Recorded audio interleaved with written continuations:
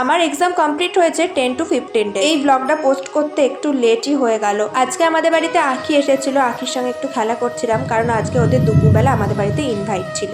তো আমার পরের দিন আবার পরীক্ষা ছিল। তো আমি এই পরীক্ষা দেওয়ার কয়েক ঘন্টা আগে শুয়ে শুয়ে ভাবছিলাম যে বাঁচবো নাকি মরে যাব। এত টেনশন, এত কষ্ট, কি করব ভেবে পাচ্ছিলাম না। তারপর এতটা দূরে এক্সাম সেন্টারটা পড়ে, আসা যাওয়াতেই 2 ঘন্টা কেটে যায়। তো এই পরীক্ষা দিয়ে আমি বেরিয়ে একটু গান শুনতে শুনতে আসছিলাম।